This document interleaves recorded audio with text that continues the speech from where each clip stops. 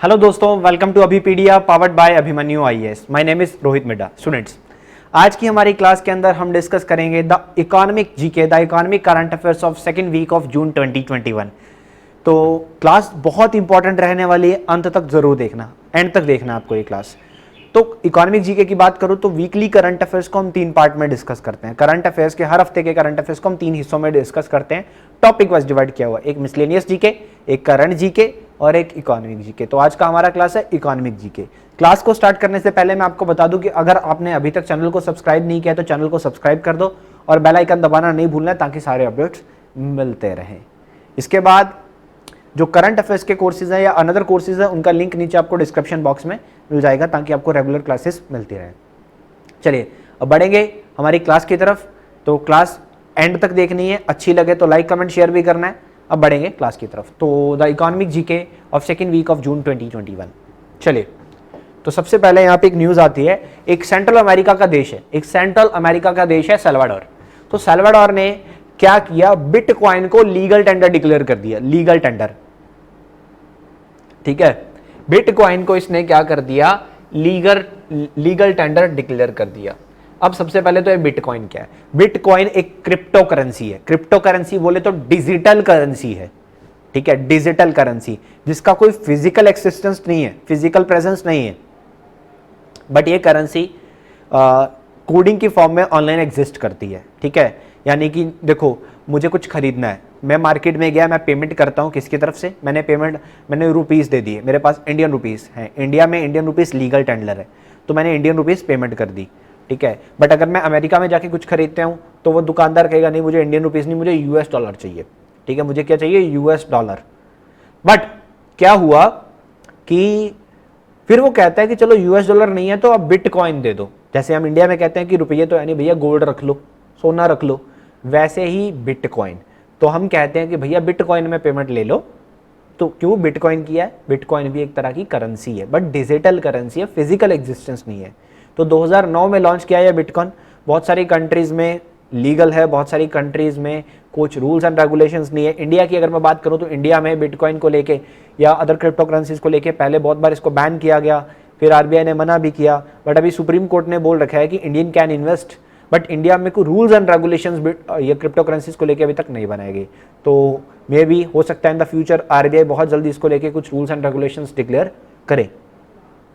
तो बिटकॉइंस और another crypto currencies जैसे इथीरियम है, बिटकॉइन मार्केट कैपिटलाइजेशन के टर्म में काफ़ी बड़ा है। उसके बाद इथीरियम है, ठीक है, रिपल है, डॉज कॉइन है। अभी एलन मस्क का नाम आप सबने सुना होगा। तो एलन मस्क ने, जो कि टेस्ला और स्पेसएक्स के सीईओ हैं, इन्होंने बिटकॉइन को लेने से मना कर दिया कि जो टेस्ला है वो बिटकॉइन में पेमेंट एक्सेप्ट नहीं करेगी, ये उन्होंने कैंसिल कर दिया। बहुत सारी कंट्रीज जो हैं वो एक्सेप्ट कर रही हैं, वो बोल रही हैं कि हम लेंगे। बहुत सारी कंट्रीज स्टार्ट कर रही हैं, बहुत सारी कंट्रीज बंद कर रही हैं। उसके बाद बात करूं तो उन्होंने ये बोल दिया कि ये एक मिशन भेज रहे हैं अगले साल जो कि पूरा का पूरा डॉज कॉइन की फॉर्म में फंड किया जाएगा। तो ये डिफरेंट क्रिप्टो करेंसीज को आगे बढ़ावा दिया जा रहा है। तो सल्वाडोर ये सेंट्रल अमेरिका का देश है और ये पहला दुनिया का ऐसा देश बना जिसने बिटकॉइन को लीगल टेंडर डिक्लेयर कर दिया। लीगल टेंडर, ठीक है। एक होता है हम जनरली बोल देते हैं कि पेमेंट एक्सेप्ट होगी, एक लीगल टेंडर डिक्लेयर कर देना। अब लीगल टेंडर क्या है, इंडियन करेंसी, ठीक है। इंडिया में जो पैसा चलता है, जो डिनोमिनेशन के नोट्स चलते हैं, they are the legal tenders. अब जैसे 500 और 1000 वाले अगर मैं पुराने नोट निकाल लूँ आज, तो दे आर इलीगल टेंडर्स। अब वो लीगल टेंडर नहीं है इंडिया में, ठीक है, तो वो नहीं वैलिड है इंडिया के अंदर। तो उन्होंने क्या कर दिया, बिटकॉइन को लीगल टेंडर दे दिया, लीगल टेंडर डिक्लेयर कर दिया। ये देश है सेंट्रल अमेरिका का देश सल्वाडोर। तो इसको लेके 90 दिन के अंदर जो लॉ है वो बना दिया जाएगा। ये सल्वाडोर का कहना है कि 90 दिन के अंदर जो लॉ है वो बना दिया जाएगा, ठीक है। बट ये टोटली ऑप्शनल है। हालांकि ये जो सल्वाडोर है, यहाँ पर जो करेंसी चलती है ये यूएस डॉलर चलता है, US dollar.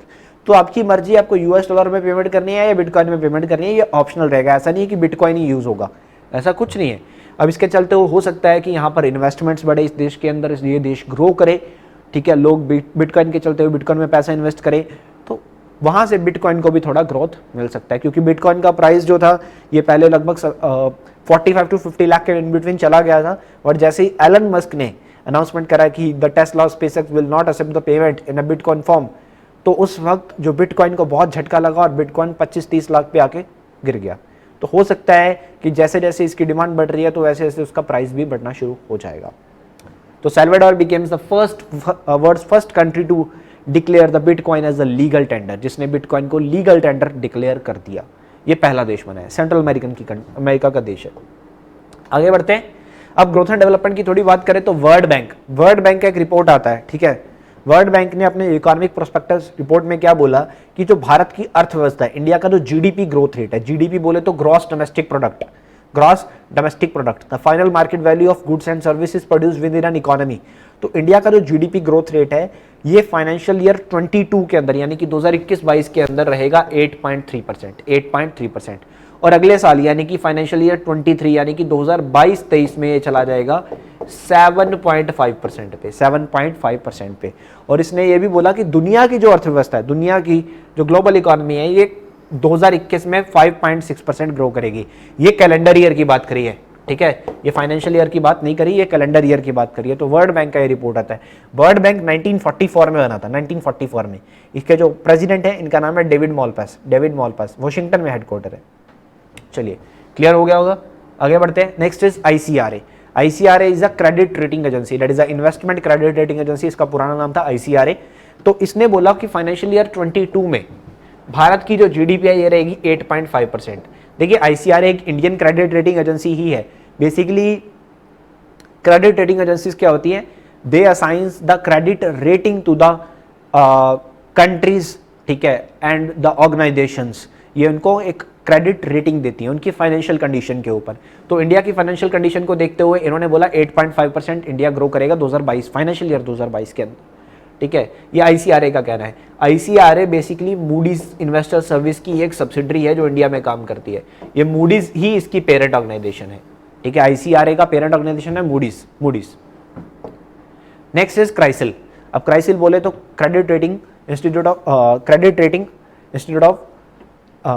Rating analysis services of India limited. CRISIL पहले इसका जो फुल फॉर्म था ये होता था, बट अभी इसको क्राइसिल ही बोलते हैं, अभी हम इसको क्राइसिल बोलते हैं। क्राइसिल स्टैंडर्ड एंड पुअर की एक सब्सिडरी है। इसका जो पेरेंट ऑर्गेनाइजेशन है वो है स्टैंडर्ड एंड पुअर, ठीक है। ये इंडियन क्रेडिट रेटिंग एजेंसी है और इंडिया की सबसे पुरानी क्रेडिट रेटिंग एजेंसी है। 1987 में इसको बनाया गया था क्राइसिल। तो क्राइसिल ने इंडिया का जो जीडीपी बोला वो बोला 9.5% फॉर द फाइनेंशियल ईयर 22 यानी कि 2021-22। और इसका कहना है कि 2020-21 में इंडिया का जो इकोनॉमी था, ठीक है, वो रहा है -7.3%। ये कहना है क्राइसिल का। ये किसका कहना है? क्राइसिल का, ठीक है। क्राइसिल की पेरेंट ऑर्गेनाइजेशन कौन है? स्टैंडर्ड एंड पुअर, दुनिया की top credit rating agency. Next, world bank ने यहां पर इंडिया के लिए एक प्लान अप्रूव किया है, दैट इज एमएसएमई प्रोग्राम, ठीक है। भारत के अंदर जो एमएसएमई सेक्टर है, that is a micro small and medium enterprises sector, इसको बूस्ट करने के लिए, इसको आगे बढ़ाने के लिए, क्योंकि कोविड-19 ने इस सेक्टर को बहुत हिट किया, तो कोविड के इंपैक्ट से इसको निकालने के लिए वर्ल्ड बैंक ने अप्रूवल दिया है कि $500 मिलियन जो हैं वो वर्ल्ड बैंक यहां पर इन्वेस्ट करेगा भारत के अंदर।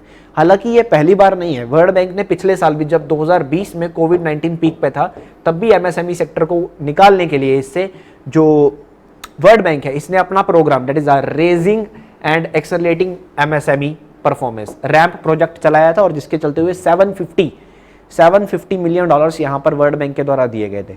तो उसी अपने रैंप प्रोग्राम के अंदर सेकंड जो अपना इन्वेस्टमेंट है वो वर्ल्ड बैंक ने इंडिया के अंदर अनाउंस किया है एमएसएमई सेक्टर को बूस्टअप करने के लिए, दैट इज $500 मिलियन। क्लियर हुआ? कोई डाउट? वर्ल्ड बैंक की बात हम कर चुके हैं। एमएसएमई सेक्टर को इंडिया में बेसिकली जो ऑर्गेनाइजेशन है इसको लेके, इन्वेस्टमेंट को लेके काम करती है वो है सिडबी, ठीक है, वो है सिडबी। चलिए आगे देखते हैं। Next, the G7 deal on the minimum global corporate tax. देखिए, जो बड़ी बड़ी दुनिया भर की एमएनसी कंपनीज है, मल्टीनेशनल कंपनीज है, बड़े बड़े कॉर्पोरेट्स हैं, ये क्या करते हैं? अपना टैक्स बचाने का फायदा करते हैं। टैक्स बचाने का फायदा इस तरह से करते हैं कि ये जिस जगह पे हेडक्वार्टर्ड होते हैं, बेसिकली जिस जगह से कंपनी रजिस्टर्ड होते हैं, ये ऐसे जगह पे खुद को रजिस्टर करवाते हैं, अपना हेडक्वार्टर बनाते हैं जहां पर टैक्सेशन पॉलिसीज बहुत कम होती हैं। ठीक है, वहां पे इतना टैक्स नहीं देना पड़ता। और ये टैक्स बचाने के लिए क्या करते हैं, जो दूसरे देशों में जाके जहां पे ये काम करते हैं वहां पे टैक्स बचाते हैं अपना, ठीक है। तो टैक्सेशन पॉलिसीज को लेके बहुत बड़ा खिलवाड़ होता है दुनिया भर की कंट्रीज में, क्योंकि बड़ी बड़ी कंपनीज ये ऐसे ही करते हैं कि हमारा टैक्स बचे। तो जो G7 ग्रुप है, that is a group of 7 economies, ठीक है, द वर्ल्ड्स इमर्जिंग इकोनॉमीज, तो इन कंट्रीज ने मिलके G7 ने मिलके यहां पर एक डील साइन करी, that is on the minimum global corporate tax. तो इन्होंने एक मिनिमम ग्लोबल कॉर्पोरेट टैक्स बना दिया 15% का टैक्स, कि ये जो बड़ी बड़ी कंपनीज हैं, ये जो बड़े बड़े MNC हैं, ये अब इनको सिर्फ जिस जगह पे हेडक्वार्टर्ड है सिर्फ वहां पे टैक्स नहीं देना है, जिस देश में जाके ये अपनी सर्विसेज प्रोवाइड करवा रहे हैं, जिस जगह पर इनका जाके सामान बिकता है, गुड्स बिकती हैं, सर्विसेज बिकती हैं, वहां पर भी इनको टैक्स देना पड़ेगा, वहां पर भी इनको टैक्स देना है। You can see the old system of global taxation was being criticized over the years and it allowed big companies to save billions of dollars in the tax bills by shifting their jurisdiction. ठीक है, तो major digital companies were making money in multiple countries and paying taxes only in the home countries. ये tax नहीं pay करते थे, तो इसी के चलते हुए अब इनको वर्किंग कंट्री में भी टैक्स देना पड़ेगा, ठीक है, अब इनको टैक्स देना पड़ेगा। तो 15% का एक टैक्स यहाँ पे अनाउंस कर दिया गया बाय द G7 इकोनॉमीज, ताकि जो टैक्स सिस्टम है उसको ट्रांसपेरेंट करने के लिए, उसको आगे बढ़ाने के लिए किया गया। अब G7 की अगर मैं बात करूं तो G7 एक इंटर गवर्नमेंटल ऑर्गेनाइजेशन है जो कि 1975 में बनाया गया था, ठीक है। इसके जो मेंबर कंट्रीज हैं वो है UK, Canada, France, Germany, Italy, Japan and US। But India has a close ties with the G7, ठीक है। इंडिया की जो रिलेशन है G7 के साथ वो बहुत क्लोज्ड है, और ये जो G7 है इसका कोई परमानेंट सेक्रेटरीट नहीं है, परमानेंट हेडक्वार्टर नहीं है। तो G7 ध्यान में रखिएगा, ग्रुप ऑफ 7। नेक्स्ट, भारत ने पहला मैरीटाइम, ठीक है, इंडिया का पहला इंटरनेशनल मैरीटाइम सर्विस क्लस्टर जो है ये गिफ्ट सिटी में बनाया जा रहा है, ये गिफ्ट सिटी में बनाया जा रहा है। That is Gujarat international financial tech centre जो हमारा है, गिफ्ट सिटी जो हमारा है, वहां पर बनाया जा रहा है भारत का पहला इंटरनेशनल मैरीटाइम सर्विस सेंटर, ठीक है, सर्विस क्लस्टर। क्योंकि बेसिकली मैरीटाइम को यहाँ पे जो हमारा ये इंटरनेशनल फाइनेंशियल सर्विस सेंटर है इसके साथ जोड़ने के लिए, ताकि जो बड़ी बड़ी कंपनीज है वो इंडिया में आके इन्वेस्टमेंट करे और ये इंटरनेशनल फाइनेंशियल सर्विस सेंटर के थ्रू हो, तो इसके लिए एक मैरीटाइम बोर्ड के द्वारा इसको लॉन्च किया गया। ये भारत का पहला इंटरनेशनल मैरीटाइम सर्विस क्लस्टर, ठीक है, ताकि जो लॉजिस्टिक की सुविधाएं हैं वो अच्छे वे में बूस्ट हो, तो इंडिया का जो इंटरनेशनल फाइनेंशियल सर्विस सेंटर है ये गिफ्ट सिटी गुजरात के अंदर बनाया गया है। ये मोदी जी का ड्रीम प्रोजेक्ट था जो कि अभी लॉन्च हो चुका है। इसके जो गिफ्ट सिटी के जो हेड हैं इनका नाम है इंजेती श्रीनिवास।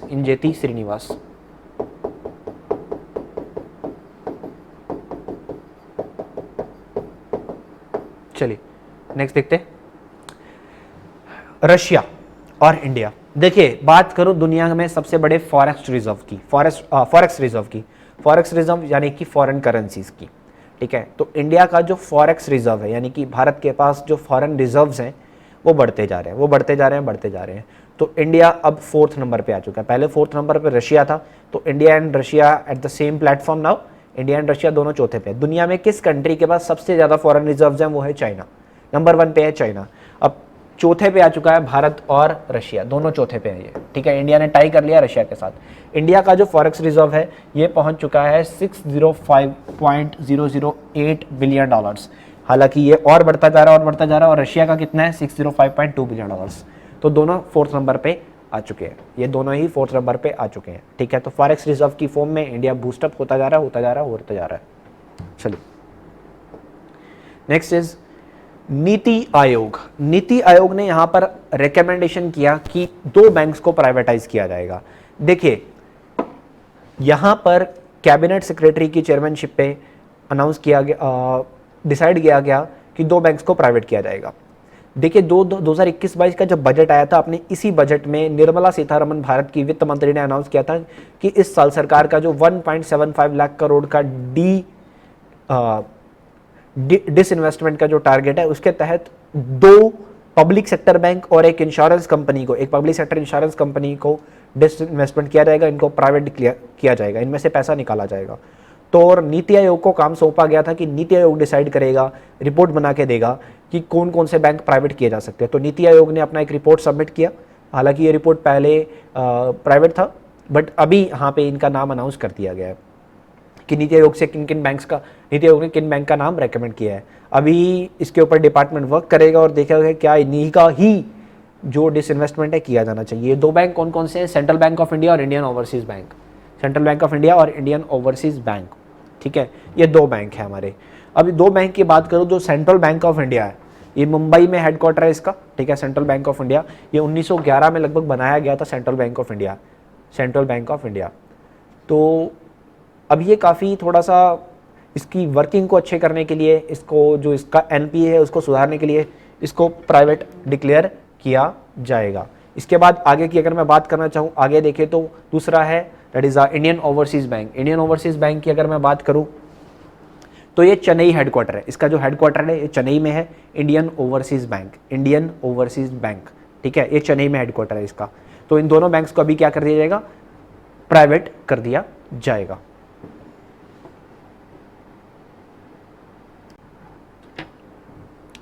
चलिए नेक्स्ट देखते हैं। Reserve bank of India, RBI ने एटीएम्स को लेके, that is automated teller machines, ठीक है। देखिए हमारे पास जो कार्ड होते हैं, एटीएम कार्ड होता है, जब हम एटीएम मशीन में उसको लेके जाते हैं पैसा निकलवाने के लिए, तो चाहे हम सेम बैंक में जाते हैं या डिफरेंट बैंक में जाते हैं, हमें कुछ पर्टिकुलर नंबर की फ्री ट्रांजैक्शंस मिलती हैं, उसके बाद हमें चार्जेस देने पड़ते हैं।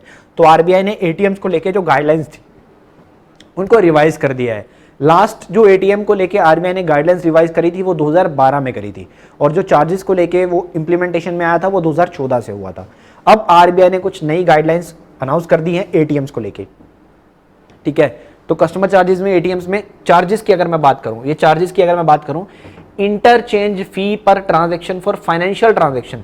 फाइनेंशियल ट्रांजैक्शन में अगर आप अपने कार्ड को इस्तेमाल करते हैं, ठीक है, तो पहले 15 रुपए लगते थे, अब 17 रुपए लगा करेंगे, अब 17 रुपए लगा करेंगे। 1 अगस्त 2021 से इंप्लीमेंटेशन में आएगा, 1 अगस्त 2021 से। उसके बाद इंटरचेंज फी पर transaction for the non financial transaction के लिए अगर आप यूज करोगे तो पहले 5 रुपए लगते थे, अब लगेंगे 6 रुपए, ठीक है। ये भी सेम 1 अगस्त 2021 से इंप्लीमेंटेशन में आएगा। उसके बाद आगे बात करें तो अभी जो बैंक है, ठीक है, वो मैक्सिमम जो है 20 रुपए लेता है एक ट्रांजेक्शन के, ठीक है, 20 रुपए लेता है। तो अब आरबीआई ने 1 जनवरी 2022 से अप्रूवल दे दिया कि बैंक चाहे तो 21 रुपए ले सकता है, 21 रुपए पर ट्रांजेक्शन कर दिया गया है, ठीक है, ये भी बढ़ा दिया गया है।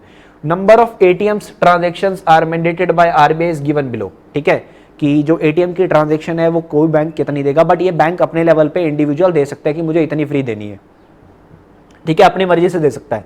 बट जो फ्री ट्रांजेक्शंस चाहे वो फाइनेंशियल हो चाहे वो नॉन फाइनेंशियल हो, ठीक है, जो जनरली दी जाती है आरबीआई की गाइडलाइंस के मुताबिक, वो अगर आप बैंक के ही एटीएम से पैसा निकलवाते हो, ठीक है, यानी कि आपका अगर एसबीआई का अकाउंट है तो एसबीआई के एटीएम से आप निकाल रहे हो, यूज कर रहे हो, तो 5 मिलती है, तो वो मिलती है 5, ठीक है।